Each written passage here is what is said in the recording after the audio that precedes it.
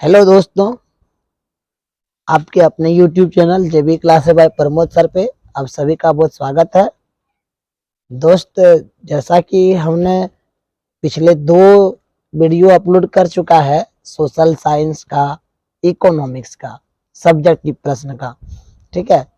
थोड़ा इकोनॉमिक्स जो है दोस्त वो डिफिकल्ट सब्जेक्ट है और आजकल के बच्चे तो खैर याद करने में रहते हैं, बहुत को याद करने पे ध्यान देते हैं ज़्यादा। रट के तो याद रखना संभव नहीं है दोस्त, इतना लंबा लंबा क्वेश्चन को। तो इसीलिए जो है दोस्त, इस रटन विद्या से दूर भगाने के लिए मैंने इससे पहले 2 वीडियो अपलोड किया है इकोनॉमिक्स का, और ये आपका जो है दोस्त आज तीसरा पार्ट है कह सकते हैं। इससे पहले मैंने 3 क्वेश्चन, एक में 4, एक में 3 क्वेश्चन, 7 क्वेश्चन बताया। आज का सेशन में आपको 4-5 क्वेश्चन फिर बता देंगे, ठीक है। तो चलिए देखिए, अगर आप मेरे पहली पार्ट को नहीं देखे हैं तो प्लेलिस्ट में निकाल लीजिएगा जाके, मॉडल पेपर क्लास 10 जैकबोर्ड प्लेलिस्ट का नाम है, आपको मिल जाएगा, ठीक है। चलिए इसको आज देखते हैं दोस्त, डिटेल्स में समझते हैं। ऐसा समझते हैं कि थोड़ा रटने से बचत हो, जितना ज़्यादा हो सकता है माइंड में इसको सेट कर लीजिए, समझ लीजिए अच्छे से क्या चीज़ होता है। देखिए दोस्त, ये छोटा प्रश्न है। सबसे पहला प्रश्न आपके सामने है, हमारे देश के विकासात्मक लक्ष्य क्या होना चाहिए। थोड़ा जो है दोस्त आपको टाइपिंग प्रॉब्लम होगा, यहाँ कुछ वर्ड मिस्टेक हो सकता है लिखा हुआ, लेकिन हम आपको समझा देंगे, आप समझ जाइएगा। आपको बोला गया था कि हमारे देश के, देखिए देश का स्पेलिंग में दूसरा स होता है, यहाँ दूसरा स दिया गया है, क्योंकि टाइपिस्ट मेरा नियो भी है। तो प्रश्न है दोस्त कि हमारे देश के विकासात्मक लक्ष्य क्या होना चाहिए। विकासात्मक का मतलब क्या हुआ, इस वर्ड का मीनिंग समझिएगा। ये जो है दोस्त आपका, इसका अंग्रेजी होता है डेवलपमेंट, ठीक है। तो अब आप जो है इसका मीनिंग समझ गए होंगे। डेवलपमेंट का मतलब डेवलप करना, डेवलप करने से संबंधित है। तो बोला कि हमारे देश के लिए विकासात्मक लक्ष्य यानी कि डेवलपमेंट करने का जो लक्ष्य होना चाहिए वो क्या होना चाहिए।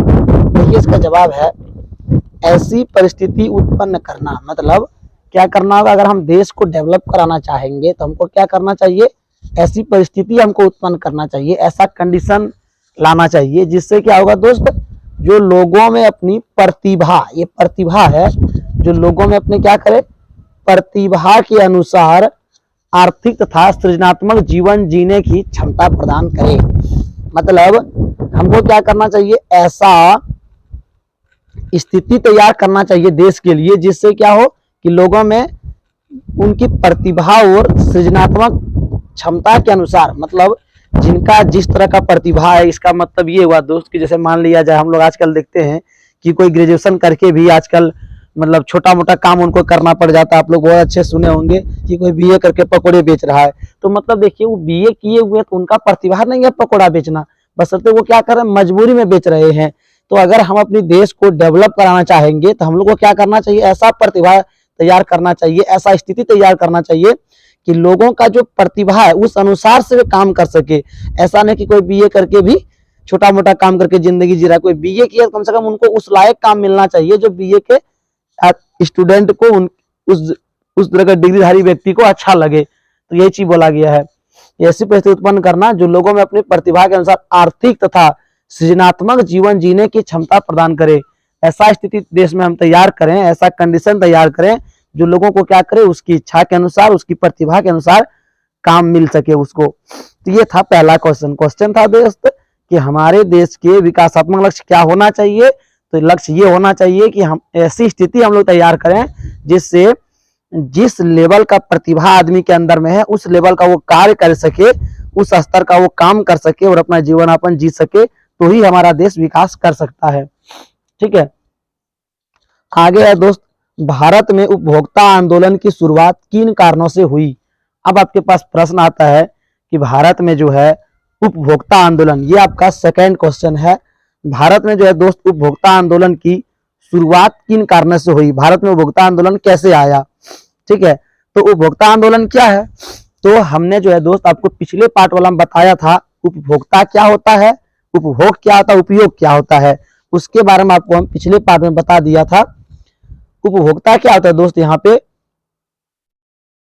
तो जो वस्तु को उपयोग करते हैं, जो वस्तु को उपभोग करते हैं, जैसे हम लोग चावल को उपभोग करते हैं, हम लोग उपभोक्ता हो गए। अब बोला कि उपभोक्ता का जो है आंदोलन की शुरुआत किन कारण से हुई, आखिर ऐसा क्या हुआ कि उपभोक्ता आंदोलन की जरूरत पड़ी। ठीक है, देखिए तो आंसर है आपका कि भारत में उपभोक्ता आंदोलन के निम्नलिखित कारण थे। कारण क्या थे, नीचे दिया गया है। सबसे पहला कारण है कि उपभोक्ता आंदोलन का आरंभ उपभोक्ताओं के असंतोष के कारण हुआ, जिसकी क्योंकि यहाँ पे क्योंकि है, ठीक है, क्योंकि विक्रेता कई अनुचित व्यवसायिक व्यवहारों में शामिल होते हैं। अब क्या बोला है कि उपभोक्ता आंदोलन की शुरुआत क्यों हुई, क्योंकि उपभोक्ता को जो है असंतुष्टि मिला, उपभोक्ताओं को असंतुष्टि हुआ, जिसके कारण क्या हुआ कि उन लोगों को आंदोलन करना मजबूर बन गया। उपभोक्ता आंदोलन का आरंभ उपभोक्ता के असंतोष के कारण हुआ, ठीक है, क्योंकि विक्रेता जो थे, मतलब बेचने वाले जो थे, वो क्या करते थे, कई अनुचित व्यवसायिक व्यवहार में शामिल हो जाते थे। मतलब जो उचित नहीं होता है वे लोग उस तरीके से भी बिजनेस करते थे, जिसके चलते क्या हुआ, उपभोक्ता आंदोलन की शुरुआत हुई। अगला आता है दूसरा कारण क्या, सबसे पहला कारण क्या था दोस्त, सबसे पहला कारण था कि उपभोक्ता आंदोलन का आरंभ इसलिए हुआ क्योंकि उपभोक्ताओं को असंतोष हुआ। क्यों असंतोष हुआ, क्योंकि विक्रेता जो थे वो क्या करते थे, कई अनुचित व्यवहारों का प्रयोग करते थे। दूसरा है कि 60 के दशक में, मतलब 1960 की बात बोल रहा है ये, 60 के दशक से पहले बाजार में उपभोक्ता को शोषण से बचाने के लिए कोई कानूनी व्यवस्था उपलब्ध नहीं थी। मतलब 1960 से पहले क्या हुआ दोस्त, उपभोक्ता को बचाने के लिए कोई भी कानून बाजार में नहीं उपलब्ध था। ठीक है, मतलब लंबे समय तक जब तो उपभोक्ता एक विशेष ब्रांड उत्पाद की खरीद बंद कर देता था, ठीक है, मतलब उसके लिए कोई कानूनी प्रक्रिया, जैसे हम लोग सुने दोस्त, कल पिछला क्वेश्चन पढ़ाए थे आप लोग को हम, कि उपभोक्ता अधिकार अधिनियम बनाया गया 1986 में, तो 1960 से पहले ऐसा कुछ भी नियम बना हुआ नहीं था। ठीक है, ये दूसरा कारण था, इसलिए उसको आंदोलन करना पड़ा। तीसरा कारण है दोस्त कि यह मान लिया जाता था कि उपभोक्ता की जिम्मेदारी है कि वस्तु या सेवा को खरीदते समय सावधानी बरते, विक्रेता का कोई उत्तरदायित्व नहीं है। ठीक है, मतलब क्या हुआ कि जब 1960 से पहले अगर कोई व्यक्ति सामान खरीदता था तो उसमें जो है बेचने वाला का कोई रिस्क नहीं, ये खरीदने वाला पर जाता था कि आप सावधानी से सामान को खरीदें, अच्छे से खरीदें। अगर आप सामान खरीद लिए और आपको जो है उस मात्रा में आपको उपयोगिता नहीं मिला, उसका आपको फायदा नहीं मिला, तो जो है दोषी कौन है, दोषी वहां पे खरीदने वाला है, बेचने वाला कोई दोषी यहाँ पे नहीं है। ये तीन कारण था दोस्त। पहला कारण क्या था कि उपभोक्ता जो है उनको असंतुष्टि होती थी, जिसके कारण आंदोलन शुरुआत हुआ। दूसरा क्या कारण था कि 60 से पहले कोई ऐसा कानून नहीं था। और तीसरा क्या था कि इसीलिए मान लिया जाता था कि जब कानून ही नहीं है तो इसलिए मान लिया जाता था कि बेचने वाला कोई गलती नहीं, गलती किसका है, खरीदने वाला का है। वो ध्यान से खरीदे ताकि कोई वस्तु से उसको सही मात्रा में फायदा मिल सके और एक्सपायरी डेट वाला सामान न खरीदे। ये सारा जो है इसी पे आता था। ठीक है, अब चौथा नंबर है कि अनुचित व्यवसाय कार्य, अत्यधिक खाद्य की कमी, जमाखोरी तक कालाबाजारी ने उपभोक्ता आंदोलन की प्रोत्साहित किया। अच्छा हाँ, अब समझिए कि उपभोक्ता आंदोलन जो बढ़ा उसका एक और कारण ये है कि अनुचित व्यवसाय कार्य होता था। मतलब व्यवसाय का जो काम था उचित तरीके से नहीं होता था। ठीक है, कम दाम का सामान को ज्यादा दाम में बेच दिया, तरह तरह का चीजें होती थी। और अत्यधिक खाद्य की कमी, हाँ दोस्त एक चीज और क्या था कि खाद्य की कमी भी देश में बहुत ज्यादा, खाद्य बोले तो खाद्य पदार्थ, खाने वाले पदार्थ की कमी मार्केट में हो जाती थी। क्यों होती थी, क्योंकि कुछ ऐसे जमाखोरी लोग थे जो क्या करते थे, सामान को अपने घर में जमा करके रखते थे बहुत दिनों तक, और जब मार्केट में उसका मूल्य बढ़ जाता था तब वो बेचते थे। कोई कोई ऐसा व्यापारी होते थे, बहुत सारा सामान को खरीद लिया घर में अपना, और जब सस्ता है तब मार्केट में नहीं बेचेगा। ठीक है, और जब देश में अकाल पड़ जाएगा, खाद्य पदार्थ की कमी हो जाएगी, तब उसी चीज को वो क्या करेगा, महंगा करके बेचेगा। ये था चौथा कारण।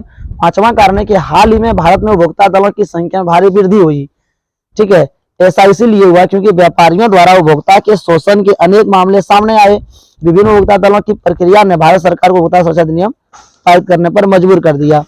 ठीक है, और तब क्या हुआ, जब इस तरह की बातें होने लगी तो लास्ट में अब जो है उपभोक्ता की संख्या काफी वृद्धि हुई, क्योंकि अब जो है सरकार जो है दोस्त एक 1986 में अधिकार पारित किया है, भारत खाद्य उपभोक्ता सुरक्षा अधिनियम 1986, जिसमें क्या होता है आपको हम बताए थे लास्ट दिन में कि इसमें क्या होता है, कोई कंपनी अगर सामान तैयार करती है तो उसको बताना पड़ता है किस डेट का सामान है, कब तक इसका एक्सपायरी डेट है, सब चीज। ठीक है, ये था आपका सेकंड क्वेश्चन। 4 गो कारण बताना था कि उपभोक्ता जो है आंदोलन क्यों हुआ। इस 4 कारण में सबसे पहला कारण ये था कि बेचने वाले क्या करते थे, सही व्यवहार नहीं करते थे, एक से अधिक अनुचित व्यवसाय करते थे। दूसरा क्या था कि 60 के दशक के पहले कोई ऐसा कानून नहीं था जो उपभोक्ता को संरक्षित करे। ठीक है, अगर कोई सामान से कुछ प्रॉब्लम हो गया तो उपभोक्ता गलती होती थी, बेचने वाला कोई गलती नहीं होती थी। तीसरा कारण था कि अगर कोई प्रॉब्लम हुआ तो वही उपभोक्ता ही दोषी माना जाता था। चौथा कारण था कि क्या होता था दोस्त, कि व्यवसाय का कार्य भी अनुचित ढंग से किया जाता था, अत्यधिक दामों पर खाद्य पदार्थ बेचा जाता था, तरह तरह की बातें होती थी, इसीलिए आंदोलन इसका जरूरी था। चलिए अगले प्रश्न को देखते हैं। अब जो अगला प्रश्न आपके सामने है दोस्त, अगला प्रश्न है कि राष्ट्रीय ग्रामीण रोजगार गारंटी अधिनियम 2005 को क्रियान्वित करने के उद्देश्य की व्याख्या कीजिए। अब आपसे प्रश्न पूछा गया है कि राष्ट्रीय ग्रामीण रोजगार गारंटी अधिनियम 2005, आप जो है दोस्त मनरेगा का नाम सुने होंगे, मनरेगा, मनरेगा, ठीक है। मनरेगा जो है दोस्त 2005 में इसका स्टार्टिंग हुआ था, मनरेगा का।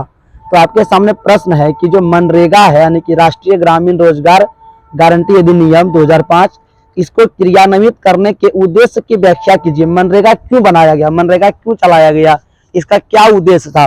प्रश्न आपके सामने था कि जो मनरेगा है, मनरेगा का पूरा नाम होता है दोस्त महात्मा गांधी नेशनल रूरल, जो भी होता है राष्ट्रीय ग्रामीण रोजगार गारंटी अधिनियम, इसका हिंदी में होता है, ठीक है। मनरेगा का हिंदी होता है राष्ट्रीय ग्रामीण रोजगार गारंटी अधिनियम 2005। तो प्रश्न आपके सामने था कि जो ये मनरेगा है यानी कि राष्ट्रीय ग्रामीण रोजगार गारंटी अधिनियम 2005, इसको क्यों चलाया गया, इसको क्रियान्वित करने का उद्देश्य क्यों है, क्यों लाया गया इसको, ठीक है। तो समझिएगा दोस्त इसका आंसर क्या है। इस योजना का लक्ष्य अनुसूचित जाति, अनुसूचित जनजाति तथा गरीब महिलाओं तक पहुंचना है जो अत्यधिक गरीब हैं। देखिए दोस्त होता क्या था, ये सबसे पहली बात आप जान जाइए, ये मनरेगा जो है रोजगार से संबंधित बातें हैं, ठीक है, रोजगार से संबंधित ये योजना है, ठीक है। पहले होता क्या था कि आदमियों को सही समय पे सही काम नहीं मिलता था, या अगर उसको काम मिलता था तो काम किया पैसा उसको नहीं मिलता था, ठीक है, ठीक है। तो अब क्या होता है, इस कंडीशन में क्या होता था कि आदमी को भूखे मरने का नौबत आ जाता था। जैसे आप क्या होता है, कोई आदमी किसी बड़े घर में काम किया, उसको पैसा नहीं मिला 2 दिन 10 दिन। तो इस सब कंडीशन से जो है, यही सब कंडीशन से बचने के लिए, ठीक है, भारत सरकार द्वारा 2005 में एक योजना चलाया गया जिसका नाम क्या है, मनरेगा, ठीक है। तो मनरेगा क्यों चलाया गया, इसका यही कारण था कि जो अनुसूचित जाति, जनजाति और गरीब महिला है उस तक इस योजना को पहुंचाना सबसे पहला काम था कि सबको रोजगार मिले। दूसरा कारण था कि उन सभी लोगों जो काम करने में सक्षम है और जिन्हें काम की जरूरत है, सरकार द्वारा वर्ष में 100 दिन की रोजगार गारंटी दी गई।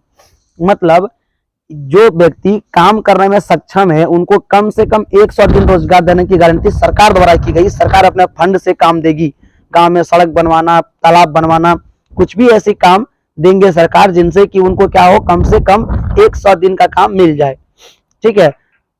ये था दूसरा। पहला क्या था दोस्त कि मनरेगा जो चलाएगा उसका पहला उद्देश्य क्या था, पहला उद्देश्य था कि जो अनुसूचित जाति, अनुसूचित जनजाति और गरीब महिला है उस तक रोजगार को पहुंचाना। दूसरा क्या था कि उन सभी लोगों को जो काम करने में सक्षम है, जो काम करने लायक हैं, उनको कम से कम वर्ष में 100 दिन का रोजगार मिले, 2 था। तीसरा क्या कारण था कि इस योजना के अंतर्गत ग्राम पंचायत सही प्रमाणों के बाद कुछ घरों को पंजीकृत करती है तथा पंजीकृत घरों को रोजगार कार्ड जारी किए गए हैं। मतलब ये जो मनरेगा योजना है दोस्त, राष्ट्रीय ग्रामीण रोजगार गारंटी अधिनियम 2005, इसके अनुसार से ग्राम पंचायत क्या किया, ठीक है, कुछ घरों को पंजीकृत किया, मतलब रजिस्ट्रेशन उसका किया जो काम करने वाले थे, और उनको क्या किया, उनको रोजगार कार्ड जारी किया गया। रोजगार कार्ड मतलब होता है, उसको गांव घर में लेबर कार्ड बोला जाता है, ठीक है, मजदूर कार्ड उसको बनाया गया। और उससे क्या हुआ, बोलता है यह रोजगार कार्ड एक कानूनी दस्तावेज है जिससे व्यक्ति को 15 दिन के अंदर रोजगार पाने का अधिकार है। अब वो रोजगार कार्ड क्या है, अगर आपका रोजगार कार्ड मिल गया आपको, और अगर 15 दिन तक आप बेकार बैठे रह गए, ठीक है, फ्री रह गए, खाली रह गए, तो क्या हो जाएगा कि आपको अधिकार है कि आप सरकार से इसकी शिकायत करेंगे, और यदि सरकार रोजगार उपलब्ध करने में असफल रहती है तो वह लोगों को क्या करेगी, रोजगार भत्ता देगी। मतलब अगर वो लगातार 15 दिन तक आपको काम नहीं दे पाया तो आपको फ्री में उसका जो है वो पैसा देगा जोड़कर, जिसको भत्ता कहते हैं। ये 3 कारण था। प्रश्न आपके सामने था कि मनरेगा का क्या उद्देश्य था। तो सबसे पहला उद्देश्य था मेरे दोस्तों, इस योजना का सबसे पहला उद्देश्य था कि अनुसूचित जाति, जनजाति और गरीब महिला तक रोजगार पहुंचाना। दूसरा क्या उद्देश्य था दोस्त, दूसरा था कि जो भी लोग काम करने में सक्षम है कम से कम उनको 100 दिन का रोजगार मिले वर्ष में, और तीसरा क्या कारण था दोस्त कि इसके अंतर्गत क्या किया गया, जो ग्राम पंचायतें होती है वो गांव के लोगों को जो भी काम करने लायक थे उनके घरों को रजिस्ट्रेशन उसका किया, यानी कि पंजीकृत किया, और पंजीकृत करके उसको क्या किया, उसे रोजगार कार्ड दिया गया। और उस कार्ड देने का मतलब ये था कि अगर आपको अधिकार मिल गया कि आप जो है मजदूर हैं, ठीक है, अगर आपको लगातार 15 दिन तक काम नहीं मिलती है तो आप क्या कर सकते हैं, आप जो है दोस्त उसका बेरोजगारी भत्ता सरकार से आप ले सकते हैं। ये 3 क्वेश्चन था दोस्त, और 2 क्वेश्चन है जो जस्ट आपको अभी हम बताएंगे। हम आशा करते हैं कि आपको ये सारे क्वेश्चन याद होते जाता होगा, ठीक है। आप इसको अच्छे से फेयर कर लीजिए, और आपको ज्यादा पढ़ने काम नहीं है दोस्त, अपनी भाषा में लिखिए। आप मेरा वाला भी सेम टू सेम मत उतारिए, हम आपको अपनी भाषा में जैसे समझाते हैं उसी तरीके से आप इसको लिखिए, ठीक है, तब आप रटने से बच पाइएगा। और उससे क्या होगा कि आप एग्जाम हॉल में भी इसको लिख लीजिएगा। अगर आप याद कर लेते हैं दोस्त, जैसे याद करता बच्चा सब अल्फाबेटिकल, उससे ये दिक्कत होगा कि आप एग्जाम हॉल जाते बहुत सारा भूल जाइएगा। लेकिन अगर आप ये सब समझ लीजिएगा ना, आपका दिमाग में एक बार सेव हो जाएगा, तो आप जो है दोस्त इसको क्या करेंगे, आप खुद से भी अपनी भाषा में इसको बना बना कर एग्जाम हॉल में लिख लेंगे, ठीक है। तो इस तरह का हम प्रयास करते रहते हैं। चलिए 2 क्वेश्चन और पढ़ लेते हैं, ठीक है, उसके बाद बात करेंगे फिर आपसे। अब जो आपका अगला प्रश्न है दोस्त, क्वेश्चन नंबर 4 आज का, बोला गया है कि मुद्रा आवश्यकताओं के दोहरे संयोग की समस्या किस तरह सुलझाती है। मतलब मुद्रा क्या होता है दोस्त, हमने आपको बताया था कि हर देश की एक मुद्रा होती है जिसमें हम लोग क्या करते हैं, वस्तुओं का लेन देन करते हैं। जैसे हम लोग अपने देश में भारत में कोई भी सामान बेचते हैं तो रुपया में उसका लेन देन होता है, ठीक है। नेता लोग घूस खाता है तो रुपया में घूस खाता है, आप तो जानते ही हैं, फेमस है इस बात में, ठीक है। करप्शन कैसे करता है, रुपया में। वो लोग क्या करता है दोस्त, बोरा बोरा रुपया लेता घूस ले, ठीक है। तो इसी तरह का प्रश्न आपके पास अब है कि मुद्रा जो है, जो नेता लोग घूस लेते हैं उसका बात कर रहा है, वो क्या करते हैं, आवश्यकताओं के दोहरे संयोग की समस्या, मतलब दोहरे संयोग मतलब डबल संयोग की जो समस्या है उस तरह से वो क्या करते हैं, सुलझाती है, उससे बचाती है, ठीक है। अपनी ओर से उदाहरण देकर समझाइए, आप समझाइए कि ये किस तरह बचाती है, ठीक है। आपको हम पहले डायरेक्ट समझाते हैं इसका दोस्त आंसर, नेता वाला भूल जाइए आप लोग, वो मजाक वाला वर्ड था, ठीक है, और सच्चाई वाला भी था, जो सच्चाई है हमारे देश की, ठीक है। अब समझिए यहाँ पर प्रश्न ये है कि मुद्रा जो होती है वो मुद्रा यानी कि रुपया, वो क्या करती है, हमको दोहरे संयोग से बचाती है। मतलब ये हुआ, देखिए हम आपको कल बताए थे कि वस्तु विनिमय प्रणाली, एक क्वेश्चन आपको बताए थे हम पिछला दिन, वस्तु विनिमय प्रणाली। वस्तु विनिमय प्रणाली क्या था कि अगर कोई व्यक्ति को अपना चावल बेचना होता था और गेहूं खरीदना होता था, तो पहले वो क्या करता था, वैसा व्यक्ति को दिखता था जो चावल खरीदे। अब अगर यदि उसको वैसा व्यक्ति मिल भी गया तो अब उसके पास टेंशन होता था कि चावल तो खरीदे लेकिन बदले में गेहूं कौन देगा। इसमें क्या होता था कि व्यक्ति को ज्यादा परेशान होना पड़ता था इस कार्य के लिए, ठीक है। लेकिन अब बात किया जाए ये मुद्रा वाला, मुद्रा अगर आ गया तो मुद्रा क्या फायदा दिया, मुद्रा ये किया दोस्त कि अब वो समस्या खत्म हो गया कि चावल बेचेंगे तो गेहूं वाला व्यक्ति को मिलना ही चाहिए। अब क्या हो गया कि मुद्रा जो है वस्तु विनिमय प्रणाली में मध्यवर्ती भूमिका का प्रदान करके, ठीक है, आवश्यकता के दोहरे संयोग की समस्या से सुलझाती है। ये क्या किया, मध्यवर्ती का काम किया, मतलब बीच का काम किया मुद्रा। जैसे हमको चावल बेचना है, हम किसी दुकानदार के चावल बेच दिए, बदले वहां से मुद्रा ले लिए और मुंह मुद्रा लेकर जाएंगे जो गेहूं बेचने वाला उसके पास, ठीक है। अब गेहूं वाला के पास जाएंगे, वो गेहूं दे देगा, उसके हम क्या देंगे, उसको रुपया दे देंगे। ये रुपया क्या किया, बीच का काम किया, ठीक है। तो वही बोला कि मुद्रा वस्तु विनिमय प्रणाली में मध्यवर्ती भूमिका प्रदान करके आवश्यकताओं के दोहरे संयोग की समस्या सुलझाती है। जैसे एक व्यक्ति के पास कोई वस्तु नहीं है परंतु वह बाजार से कपड़ा खरीदना चाहता है तो मुद्रा का प्रयोग करके कपड़ा खरीद सकता है। जैसे देखिए आपको बताओ यहाँ पे उदाहरण एक तो, अगर किसी व्यक्ति के पास कोई भी वस्तु नहीं है, ठीक है, लेकिन वह चाहता है कि बाजार से कपड़ा खरीदे, तो वो क्या करेगा, वो मुद्रा का प्रयोग करके कपड़ा को खरीद सकता है आराम से। लेकिन अगर यदि ये मुद्रा वाला सिस्टम नहीं रहता तो उसको प्रॉब्लम हो जाता कि कौन व्यक्ति है जो उसकी वस्तु को लेकर बदले में कपड़ा दे दे, ठीक है। तो बोलता है इस प्रकार दोहरे संयोग की समस्या का समाधान हो जाता है। ये था, ठीक है। आप इसी को अपनी भाषा में लिखिए जैसे लिखना आपको है। अब आपके पास आता दोस्त यहाँ पे एक प्रश्न जो आज का लास्ट प्रश्न है। प्रश्न आपके सामने है दोस्त, यहाँ पे समझिएगा। प्रश्न ये देखिए, क्वेश्चन है आपका, विदेशी व्यापार तथा विदेशी निवेश में अंतर स्पष्ट कीजिए। मतलब विदेशी व्यापार क्या है और विदेशी निवेश क्या है, ठीक है। ये प्रश्न आपके सामने है। देखिए सबसे पहले विदेशी व्यापार क्या है, जब कोई व्यक्ति व्यापार करने के लिए विदेश जाए, विदेश बोले तो दूसरे देश, ठीक है, विदेश में जो व्यापार होता है, बिजनेस होता है सामान का, ठीक है, वो आपका विदेशी व्यापार कहलाता है। और विदेशी निवेश क्या होता है, सबसे पहले ये समझ लीजिए। तो विदेशी निवेश क्या है, जैसे मान लिया जाए आपने क्या किया, एक मोबाइल दुकान खोला। आपको अगर एक मोबाइल दुकान खोलना है दोस्त, आप क्या करेंगे, आपको सबसे पहले वहां पे जो है रूम बनाना होगा, और आप उस रूम में क्या कीजिएगा दोस्त, आपको वहां पे काउंटर बनवाना होगा, तरह तरह का चीजें लगवाना होगा, यानी कि आपको उसमें क्या करना होगा, इन्वेस्ट करना होगा पैसा। तो आप जो इन्वेस्ट करते हैं, इन्वेस्ट ही क्या कहलाता है दोस्त, इन्वेस्ट ही आपका जो है वो निवेश कहलाता है। ठीक है, तो यानी कि आप कोई बिजनेस शुरू करते हैं, आपको उसके लिए कुछ पूंजी लगाना होता है, उसी पूंजी को क्या कहा जाता है, निवेश कहा जाता है। तो विदेशी निवेश का मतलब हो गया विदेशों में जाकर निवेश करना, दूसरे देशों में जाकर निवेश करना। ठीक है, और विदेशी व्यापार मतलब दूसरे देशों में जाकर बिजनेस करना। बिजनेस करना अलग चीज है, और बिजनेस करने के लिए जो पैसा लगाते हैं वो आपका क्या कहलाता है, निवेश कहलाता है। ठीक है,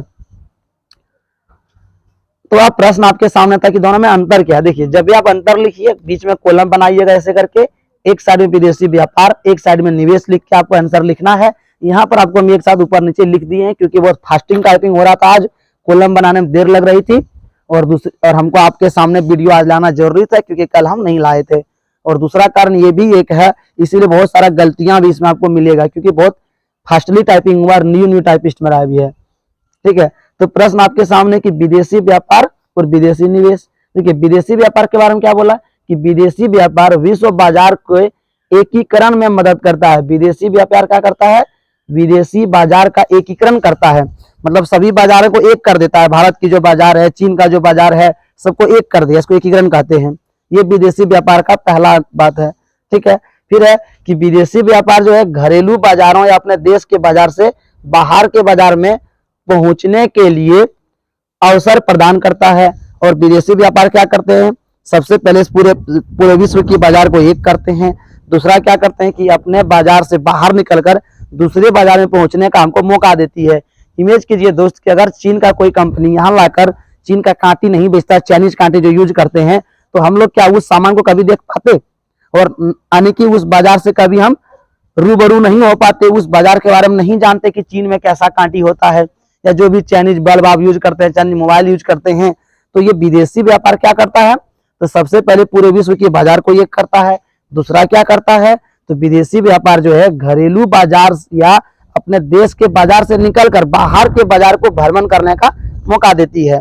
ठीक है, तीसरा क्या है कि विदेशी व्यापार द्वारा दूसरे देशों के उत्पादित वस्तुओं के आयात के खरीदारों के समक्ष उन वस्तुओं के घरेलू उत्पादन के अन्य विकल्प पर विस्तार करती है। आप तीसरा नंबर का डायरेक्ट जवाब लिखिएगा दोस्त, ये थोड़ा वर्ड अच्छा नहीं है, आप सीधा लिखिए कि विदेशी व्यापार क्या करती है, हमें अधिक से अधिक अवसर उपलब्ध करती है, विकल्प उपलब्ध करती है कि हमें कौन सा सामान यूज करना है। ठीक है, क्या लिखिएगा तीसरा नंबर में, विदेशी व्यापार हमें क्या करते हैं, विदेशी व्यापार हमें अधिक विकल्प हमारे सामने तैयार करते हैं कि हम कौन सा वस्तु उपयोग करें, कौन सा वस्तु बढ़िया है। ठीक है, ये था तीसरा। पहला क्या था कि विदेशी व्यापार पूरे बाजार को एक करता है। दूसरा था इसमें क्या करते हैं, ग्राहक को अपने बाजार से निकलकर विदेशी बाजार घूमने का मौका देती है। तीसरा क्या था दोस्त, तीसरा था ये विदेशी व्यापार जो है दूसरे देशों से उत्पादित वस्तु के सामने अपनी देश की वस्तु को विकल्प तैयार करती, कौन सा वस्तु उपयोग करें। चौथा है, अब दो देशों के उत्पादक एक दूसरे से हजारों मील दूरी होकर भी एक दूसरे से प्रतिस्पर्धा कर सकते हैं। अब विदेशी व्यापार में क्या था दोस्त कि दो देश एक दूसरे से हजारों मील दूर है, फिर भी वे क्या कर सकते हैं कि यहाँ का उत्पादक वहां के उत्पादक से कंपटीशन कर सकते हैं, प्रतिस्पर्धा कर सकते हैं, और कस्टमर को जो ज्यादा बढ़िया होगा वो ज्यादा बिकेगा। ठीक है, ये था आपका विदेशी व्यापार के बारे में 4 बातें, जानकारियां। अब आते हैं हम लोग विदेशी निवेश के बारे में, यानी कि विदेश में जो हम लोग पूंजी लगाते हैं उसके बारे में। ठीक है, देखिए लिखा है कि विदेशी निवेश के कारण भारतीय उपभोक्ता को सस्ती कीमत पर विभिन्न किस्मों तक गुणवत्ता के उत्पाद मिल जाते हैं। अब समझिए, देखिए बहुत सारा दूसरे देश की कंपनी है, वो आकर यहाँ क्या करती है दोस्त, निवेश करती है, पूंजी लगाती है, अपना कंपनी यहाँ खोल देती है। इससे क्या हुआ, विदेशी निवेश इसी कहते हैं। तो इससे क्या होता है कि जो भारतीय उपभोक्ता है, यहाँ के जो उपयोग करने वाले आदमी हैं, कस्टमर हैं, ग्राहक हैं, उनको क्या था कि विदेशी जो कंपनी होता है वो सस्ती दाम पर सामान को बेचते हैं। ठीक है, इसलिए इससे क्या हुआ कि भारतीय उपभोक्ता हैं उनको सस्ती दाम पर अच्छा क्वालिटी का सामान मिल जाता है। ये पहला है। दूसरा है कि विदेशी निवेश मुद्रा के समस्या का समाधान कर देता है। इसके द्वारा अतिरिक्त विदेशी मुद्रा इकट्ठी हो जाती है। अच्छा, अब बताइए, जब दूसरा देश का कंपनी यहाँ बिजनेस करने आएगा, यहाँ वाला कंपनी वहां जाएगा, इससे ये फायदा होगा। इससे फायदा क्या होगा? विदेशी मुद्रा यानी कि दूसरे देश की जो मुद्रा है वो हमारे पास अधिक जमा हो जाएगा और दूसरे देश वाले को भी यहाँ का मुद्रा जमा हो जाएगा। यानी कि पहला क्या फायदा था? तो पहला फायदा था यहाँ की उपभोक्ता को सस्ती सामान उपलब्ध कराता है, अच्छा क्वालिटी वाला। दूसरा क्या था? विदेशी निवेश जो है मुद्रा का समस्या का समाधान करता है, विदेशी मुद्रा जमा हो जाता है ज्यादा। तीसरा क्या? विदेशी निवेश के परिणाम स्वरूप भारत सरकार ने अनेक विशेष आर्थिक क्षेत्रों की स्थापना की। उसी के द्वारा जो भारत सरकार है बहुत सारे, ठीक है, स्थापना क्या चीज का कर दिया है? तो विदेशी निवेश के परिणाम स्वरूप भारत सरकार ने अनेक विशेष आर्थिक क्षेत्र की स्थापना की, ठीक है, जहां विदेशी कर्मियों के लिए सब प्रकार की सुविधा उपलब्ध कराई तथा आरंभिक 5 वर्ष के लिए करों में छूट दी गई। मतलब उसके चलते भारत सरकार जो है बहुत सारा छूट दिया, बहुत सारा संगठन बना दिया ताकि भारत में क्या हो कि भारत की वस्तु ज्यादा बिके, यानी कि उससे हम लोग को ज्यादा बढ़िया सस्ता फायदा मिला, ठीक है। निवेश के अंतर्गत उद्योगों का बाजार की जरूरत के अनुसार से उत्पादन करने तथा विस्तार करने की छूट है। ये था आपका कि दोनों में अंतर। उम्मीद करते हैं कि आपको समझ आ गया होगा। अगर कुछ बाकी होगा कमेंट में कहिएगा, उस क्वेश्चन को दोबारा हम अगली बार फिर से हम आपके सामने ला देंगे, अच्छे से समझा देंगे। थोड़ा आज जो है दोस्त टेक्निकली प्रॉब्लम बहुत अधिक है, ठीक है, फिर भी मैं किसी तरह आपके सामने वीडियो लाने का प्रयास किया। चलते हैं, अगर आपको अच्छा लग गया होगा तो आप मेरे लाइव क्लास से भी ज्वाइन कीजिए, आप मेरा प्लेलिस्ट सर्च कीजिए, ठीक है, सब चीज आपको मिल जाएगा जितना आज तक हमने 10th के विद्यार्थियों के लिए कुछ अपलोड किया है, ठीक है। मिलते हैं नए वीडियो में। Thanks for watching.